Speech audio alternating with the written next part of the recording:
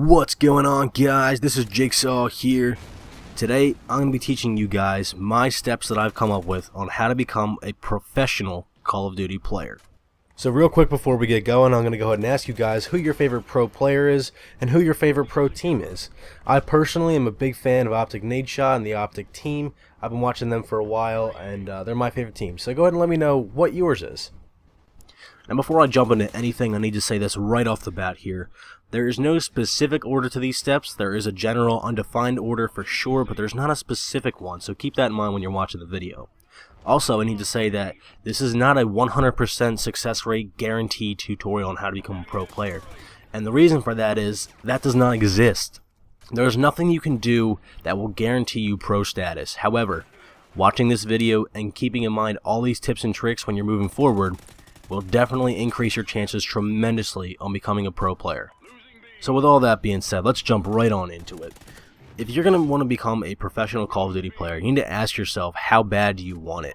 Becoming a pro player takes a lot of time, effort, and money. You know, you're going to have to give up a social life sometimes in a lot of situations. You have to spend a lot of money on the proper equipment, and it takes a lot of effort really grinding out the game and getting better at it so you can become a pro player.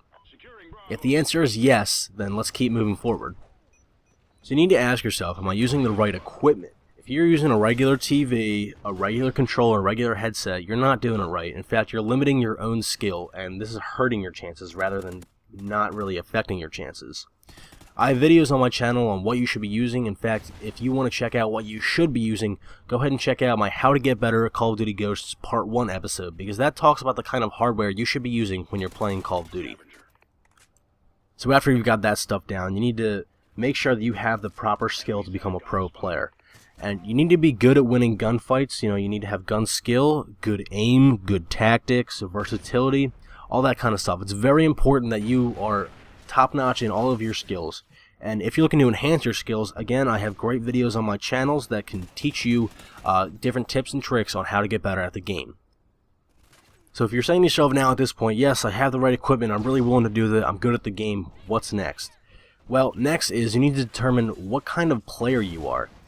Generally speaking, most teams and all the real professional teams have a team of 4 squad, and each person on that squad has a role. Now, the main roles in the competitive scene are the anchor, who sort of sits back and oversees everything, the OBJ player or objective player, who obviously plays the objective in the matches, the support player who sort of helps everyone out, and the slayer, who is responsible for getting the most amount of kills. These are not set in stone for every team, but they are good general guidelines you should keep in mind and follow when you are playing with your team.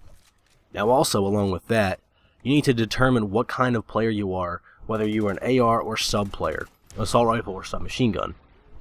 If you're the kind of guy who prefers an LSAT, well, that's not going to get you very far in the competitive scene. Light machine guns are almost useless in the competitive scene. Shotguns do have a use, but they're very situational, and they should not be your best weapon. However, I will say this, if you are a good sniper, that increases your stock worth tremendously as a player, because teams are always looking to add on good snipers. But if you're only really good at sniping and you can't use a regular submachine gun or assault rifle, you're not going to make it too far. So you need to ask yourself, what is my best weapon? A submachine gun or an assault rifle? You should find your best weapon, but you should also be able to use the opposite. You know, if you're great with a submachine gun, you should still be pretty good with an AR, and vice versa. So moving forward, we're going to talk about the kind of teams you should be with. Now, it may seem obvious you should be with a good team, and that is obvious for sure, but you need to stick with one team. And a lot of things that goes with team that people don't really think about sometimes is your team chemistry. If you don't have chemistry with a team, you're not going to survive, because you guys are going to be constantly quarreling during the matches and maybe even afterwards. Stick with a team that's good and that you have good chemistry with. If you're bouncing around from team to team and all that kind of stuff, you're not going to get noticed as easily. And that's the main goal here, is to get noticed by someone who will help you take the final steps to becoming a pro player. So do your best to stick with one team for as long as you can, if at all possible. So when you have finally found your right team, you need to start having success with game battles, tournaments, YouTube, and live streaming. You need to be playing game battles a lot.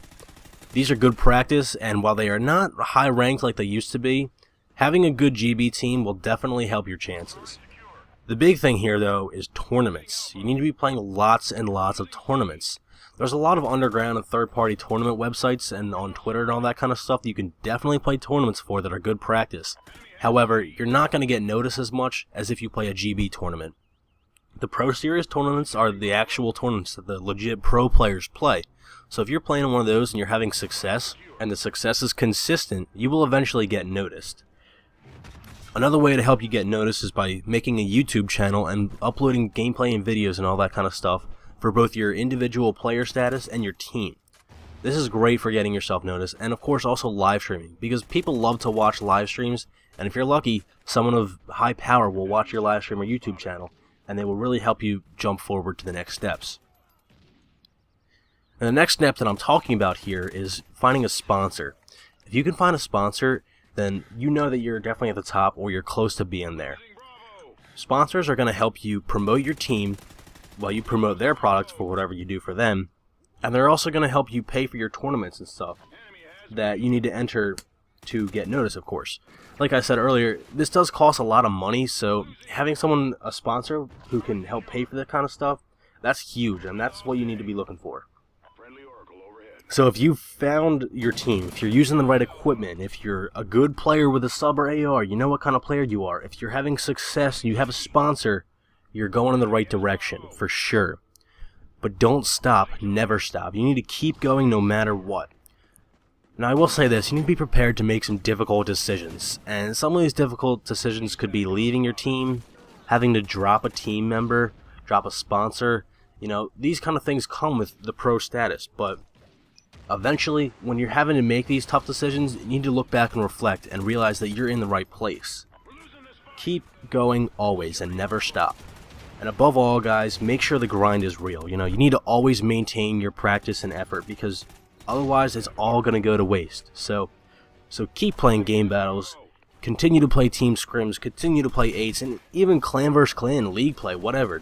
Maintain your skill, maintain your efforts, and you will see yourself playing alongside of Optic and Envy and Complexity and Curse and all those big name teams in no time. If you follow my advice, guys, you definitely have the ability to become a pro player. You just need to find it within yourself. So thanks so much for watching, guys. Hope you enjoyed this video. If you did, go ahead and hit that like button down below. Also be sure to subscribe to my channel for more awesome videos just like this one. This is Jigsaw, signing out.